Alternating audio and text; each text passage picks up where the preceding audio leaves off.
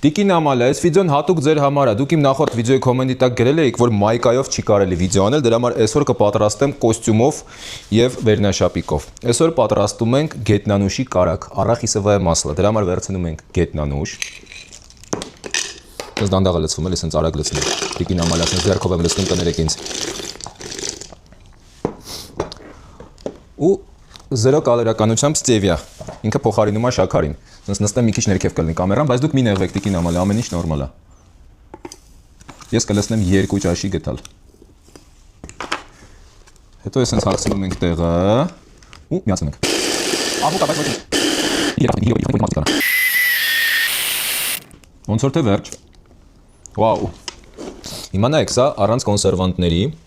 իրական մաքուր գետնանուշի կարագ կամ արախիսովое масло, նայեք։ Նայեք, ինչա ինձ ցույց տալիս, այսպես նայեք։ Ասեմ դες բժական համ ունի։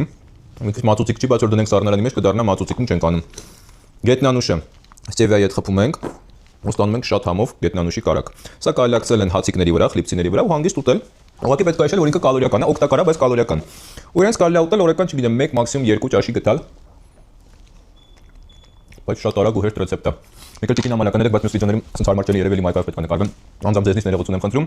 Գետնանուշը գիտեք որ դերից առնեք, ստևիանել դա ասել եմ, արդեն պատվիրում եմ Վալբերիզից։ Բոլորիս լավ օր եմ մաղթում։